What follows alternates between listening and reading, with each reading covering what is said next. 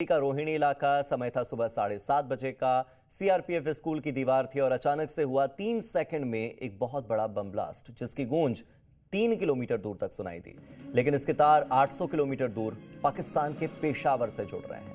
दिल्ली में सीआरपीएफ के स्कूल की दीवार के पास एक धमाका हुआ। छुट्टी की वजह से कैजुअलिटी तो नहीं होती है, लेकिन सवाल यह खड़ा होता है कि अगर किसी की जान चली जाती या अगर किसी की जान लेनी ही थी तो आखिर इस हमले का फिर मकसद क्या था, क्योंकि इसमें किसी की जान नहीं गई।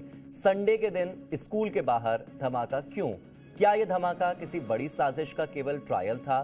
क्या यह केवल ट्रेलर था या पिक्चर अभी बाकी है, जैसा 2014 में पेशावर के आर्मी स्कूल में हुआ भी था? देखिए।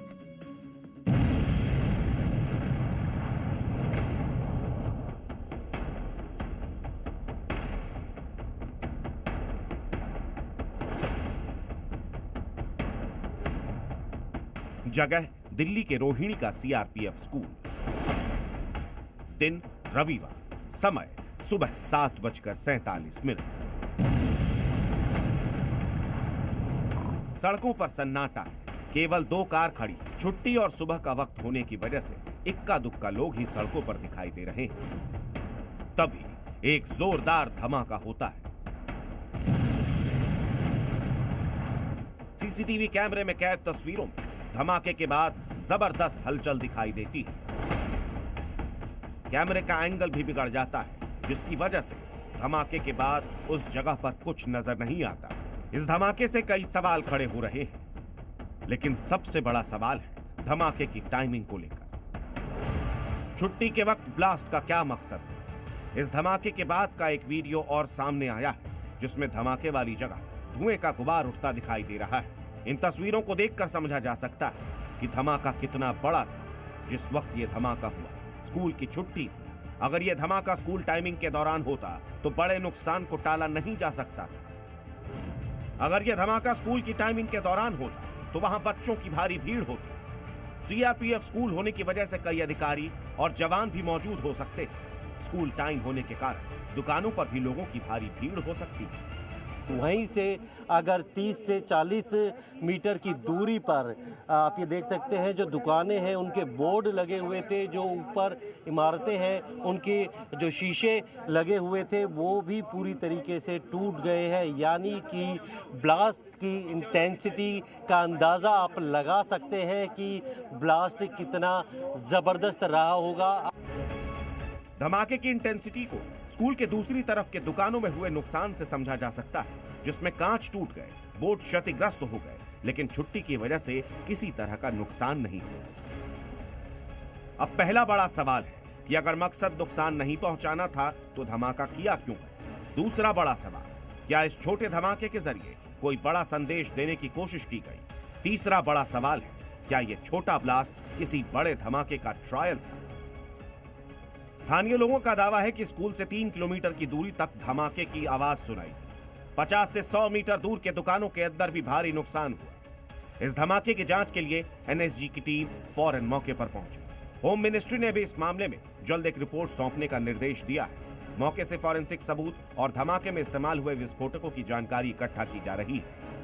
यहाँ पे बहुत बड़ा गुब्बार था, धुएं का बहुत ऊंचा था, आग नहीं थी और सब यहाँ पे चलती गाड़ी के भी शीशे टूटे हैं, 1-2 गाड़ियों के। 3 किलोमीटर से ज़्यादा की डिस्टेंस रही है इसकी, और मतलब हैवी ब्लास्ट हुआ है, मतलब बहुत ज़्यादा तेज आवाज़ आई है। सारी की सारी दुकानों के जितने बोर्ड्स वगैरह तक हैं वो तक सारे के सारे अंदर तक सारा सामान भी सारा हिल गया है शॉप्स के अंदर।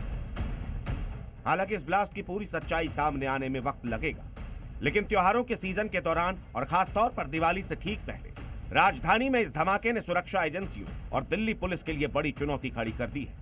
सबसे पहले जी न्यूज़ ने ही ये बताया था कि जहाँ पे ये ब्लास्ट हुआ था उसके पास दीवार से और जो पेड़ है उस पर जब एफएसएल ने जांच की तो सफ़ेद रंग का एक पाउडर मिला है, लेकिन वो पाउडर जो है किस तरीके का विस्फोटक है उसकी जांच अभी की जा रही है। एफएसएल उसकी जांच कर रही है और इसीलिए जो एनएसजी की टीम है ठीक उसी जगह पर जो है वो अपने ट्रेंड स्निफर डॉग को लेकर आई है, जो कि इस तरीके के एक्सप्लोसिव को बड़ी जल्दी डिटेक्ट कर लेते हैं।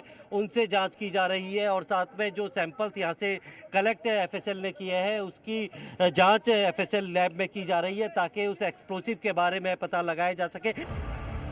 चूंकि निशाने पर सीआरपीएफ का स्कूल था, इसी वजह से इस पूरे धमाके के पाकिस्तान कनेक्शन से भी इनकार नहीं किया जा सकता है, क्योंकि साल 2014 में पाकिस्तान के पेशावर में इसी तरह से एक आर्मी स्कूल को निशाना बनाया गया था, जिसमें करीब 150 मासूम बच्चों की दर्दनाक मौत हो गई थी। ऐसे में एजेंसियां इस एंगल से भी जांच कर रही हैं कि क्या इस धमाके के साजिशकर्ता दिल्ली या किसी और शहर में स्कूल को निशाना बनाने की तैयारी में तो नहीं। स्पेशल सेल के सूत्रों से हमारी बात हुई है, उनकी सबसे पहली प्रायोरिटी ये है कि जिसने यहाँ पर विस्फोटक रखा है उस तक पहुँचा जाए, क्योंकि उसकी गिरफ्तारी से पहले जो है खतरा जो है वो राजधानी दिल्ली पे मंडराता रहेगा, क्योंकि जिस तरीके का ब्लास्ट यहाँ पे किया गया है, हाई इंटेंसिटी ब्लास्ट किया गया है, और इस ब्लास्ट की वजह से गनीमत ये रही कि लोगों की जान नहीं गई, कोई इंजर्ड नहीं हुआ। लेकिन जब तक इस ब्लास्ट को करने वाला वो राजधानी दिल्ली में अगर घूमता रहेगा तो ये खतरा दिल्ली वालों के ऊपर मंडराता रहेगा। लगातार जो सेंट्रल एजेंसीज को इस तरीके के